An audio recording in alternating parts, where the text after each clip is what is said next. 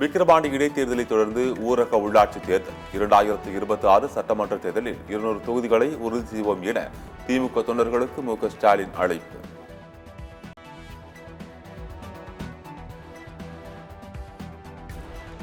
தமிழக சட்டமன்ற கூட்டத்தொடர் ஜூன் 20ஆம் தேதி தொடங்கி 29ஆம் தேதி வரை நடைபெறும். சபாநாயகர் அப்பாவு தலைமையில் நடைபெற்ற அலுவல் ஆய்வுக் கூட்டத்தில் முடிவு.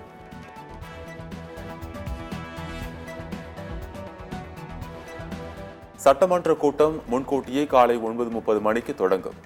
மானிய கோரிக்கைகள் விவாதம் காலை மாலை என 2 அமர்வுகளாக நடைபெறும் என அப்பாவு பேட்டி.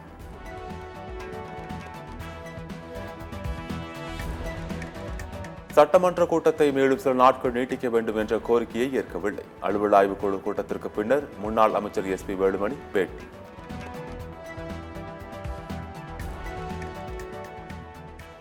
ராமர் கோயில் கட்டிய அயோத்தியாலேயே மதவாதம் தோற்கடிக்கப்பட்டுள்ளது. வாரணாசியில் மோடி போராடி வெற்றி பெற்றுள்ளதாக வயநாட்டில் ராகுல் பேச்சு.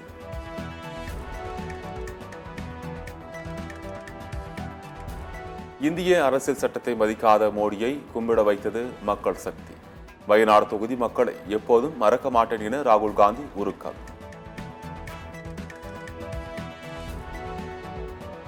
அரசியல் சட்டத்தில் மாற்றம் செய்யப்படும் என்று பேசியது பாஜக தோல்விக்கு காரணம். மகாராஷ்டிர முதலமைச்சர் ஏக்நாத் ஷிண்டே குற்றச்சாட்டு. ஆந்திர மாநில முதலமைச்சராக 4வது முறையாக பதவியேற்றார் சந்திரபாபு நாயுடு. ஆளுநர் அப்துல் நசீர் பதவி பிரமாணம் ரகசிய காப்பு பிரமாணம் செய்து வைத்தார். నారా చంద్రబాబు నాయుడు అనే నేను ద్వారా నిర్మితమైన భారత రాజ్యాంగం పట్ల నిజమైన విశ్వాసం దైవ సాక్షిగా ప్రమాణం చేస్తున్నాను.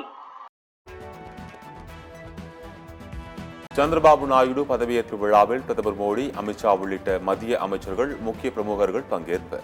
ஜனசேனா கட்சித் தலைவர் பவன் கல்யாண், சந்திரபாபு நாயுடு மகன் நாரா லோகேஷ் உள்ளிட்டோர் அமைச்சர்களாக பதவியேற்பு.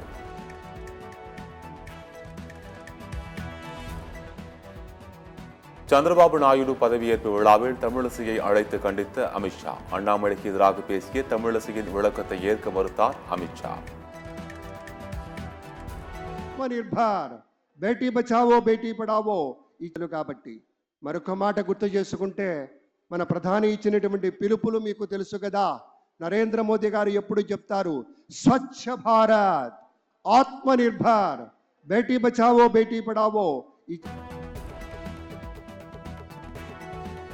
ஆந்திர மாநில முதலமைச்சராக பதவியேற்றுள்ள சந்திரபாபு நாயுடுவுக்கு முதலமைச்சர் மு.க. ஸ்டாலின் வாழ்த்து.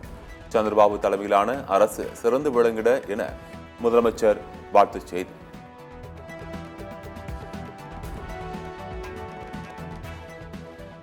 நாடாளுமன்ற 18வது கூட்டத்தொடர் ஜூன் 24ஆம் தேதி துவங்குகின்றது.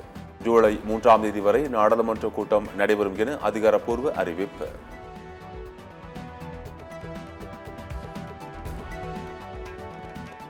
மண்ணுயிர் காத்து மண்ணுயிர் காப்போம் திட்டத்தை முதலமைச்சர் மு.க. ஸ்டாலின் தொடங்கி வைத்தார். 2 லட்சம் ஏக்கரில் பசுந்தாழ் உரம் பயிரிட 20 கோடி ரூபாயில் விவசாயிகளுக்கு உர விதைகள் வழங்கும் திட்டம் துவக்கம்.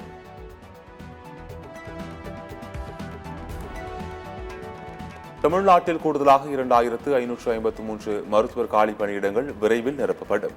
ஸ்டான்லி மருத்துவமனை பட்டமளிப்பு விழாவில் அமைச்சர் மா. சுப்பிரமணியன் தகவல்.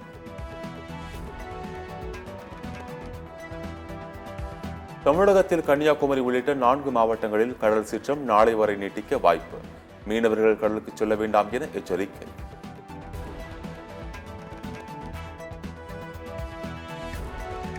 அதிமுகவுடன் அமமுக இணையும் எண்ணம் இல்லை. தஞ்சையில் அமமுக பொதுச் செயலாளர் டிடிவி தினகரன் பேட்டி.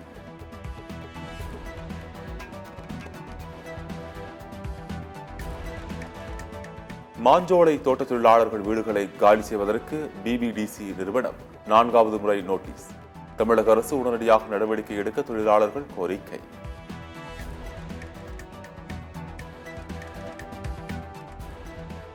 புதுச்சேரியில் விஷவாயு தாக்கி 3 பெண்கள் பலியான சம்பவம். ரெட்டியார்பாளையம் புதுநகர் பகுதியில் செயல்படும் 2 பள்ளிகளுக்கு விடுமுறை.